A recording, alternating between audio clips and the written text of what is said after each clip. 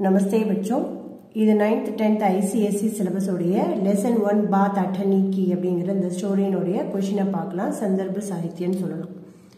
अगर तुम्हें कोई ज्यादा दे तो अवश्य चले जाओ मैं तनख्वाह नहीं बढ़ाऊंगा யாராவது உனக்கு அதிகமா கொடுத்தாங்கன்னா போய்டு நான் உனக்கு salary இன்கிரிமென்ட் பண்ண மாட்டேன் அப்படினு சொல்லிடுறாரு இது யாரு சொன்னது யார்கிட்ட சொன்னது फर्स्ट क्वेश्चन वक्ता कौन है तो சொன்னது யாரு वक्ता அப்படினா ஸ்பீக்கர் उसका परिचय दीजिए சொன்னது யாரு அவரை பத்தின விவரங்கள் சொல்லு उसने उपयुक्त वाक्य किस संदर्भ में कहा है இந்த வார்த்தைகளை அவர் எந்த சூழ்நிலையில யார்கிட்ட சொன்னாரு அப்படிங்கறத எக்ஸ்பிளைன் பண்ணனும் वक्ता बाबू जगत सिंह इंजीनियर है இந்த ஸ்பீக்கர் அதாவது இந்த வார்த்தைகளை சொன்ன இந்த ஸ்பீக்கர் बाबू जगत सिंह இவர் ஒரு इंजीनियर समाज में उनका सम्मान है सोसाइटीला அவருக்கு ஒரு நல்ல மரியாதை இருந்தது परंतु वे ईमानदार नहीं है ஆனாலும் அவர் ஒரு ஹானஸ்டான पर्सना இல்ல जब उनके नौकर रसीला ने उसके परिवार का उतने वेतन में गुजारा न चल सकने के कारण अपना वेतन बढ़ाने को प्रार्थना की तब उन्होंने उपयुक्त वाक्य कहा எப்ப அவருடைய வேலைக்காரனான ரசீலா அவருடைய குடும்பத்தை நடத்த முடியாத சூழ்நிலை வரும்போது தன்னுடைய சம்பளத்தை உயர்த்தி கேட்கிறதுக்கு ரெக்வெஸ்ட் பண்ணும்போது இந்த மேல சொன்ன இந்த வார்த்தைகளை ரசீலாங்கிறவர்கிட்ட இந்த பாபு சொல்றாரு இப்போ செகண்ட் क्वेश्चन श्रोता कौन है उसने तनख्वाह बढ़ाने की प्रार्थना क्यों की இந்த வார்த்தைகளை காதால கேட்டது யாரு அவன் ஏன் தன்னுடைய சம்பளத்தை உயர்த்தி கொடுக்க சொல்லி பிரார்த்தனை செய்தான் श्रोता बाबू जगत सिंह के यहाँ नौकर था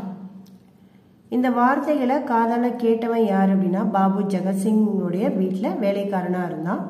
उसने तनख्वाह बढ़ाने की प्रार्थना इसलिए की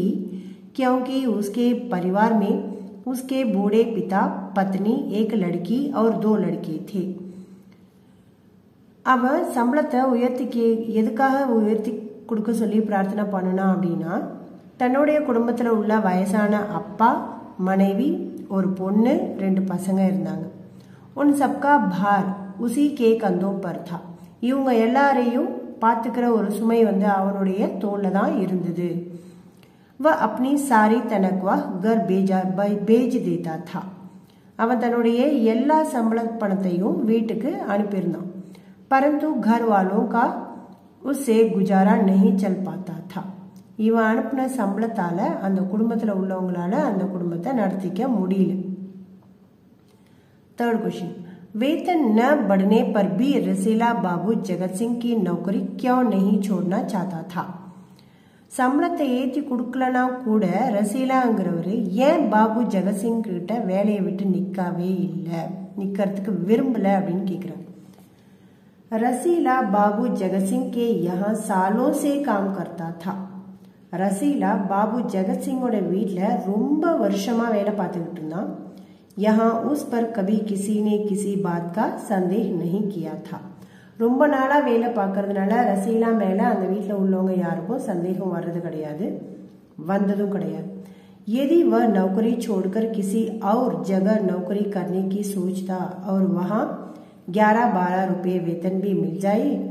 पर फिर भी हो सकता था कि वहां के लोग उस पर विश्वास न करें ஒருவேளை இந்த வேலையை விட்டுட்டு யாராவது அதிக சம்பளம் கொடுத்தா வேற இடத்துக்கு போயிட்டான் அப்படின்னா அங்க அவனை நம்புறதுக்கு யாரும் இருக்க மாட்டாங்க அப்படிங்கிற நினைப்பு இந்த ரசீலாங்கிற வேலைக்காரனுக்கு இருந்தது इसलिए वह नौकरी छोड़ने की बात नहीं सोचता था அதனாலதான் வேலையை விட வேண்டாம் அப்படிங்கிற விஷயத்தை அவன் யோசிச்சிட்டு இருந்தான்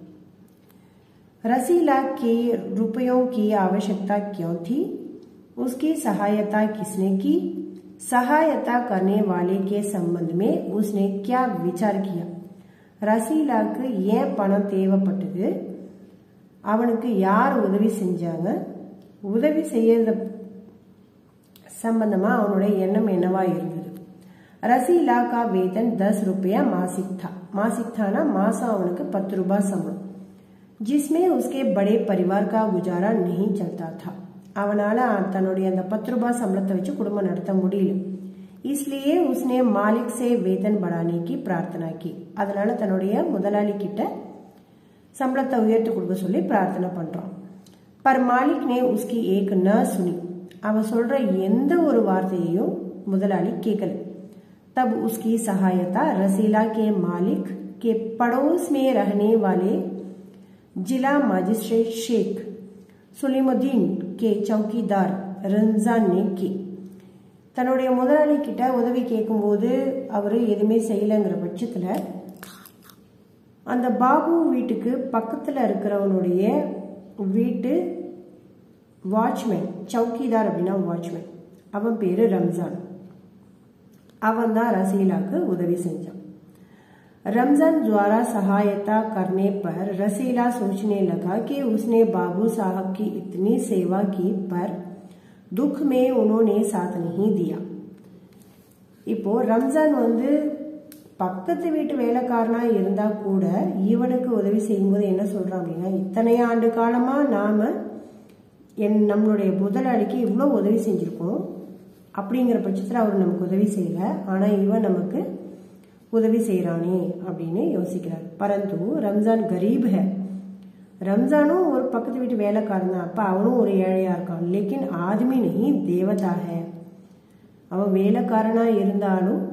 அவன் மனுஷன் கிடையாது, அவன் ஒரு கடவுள் அப்படிங்கிற ஈக்குவலான ஒரு தாட்டை ரசீலா வந்து நினைக்கிறான்.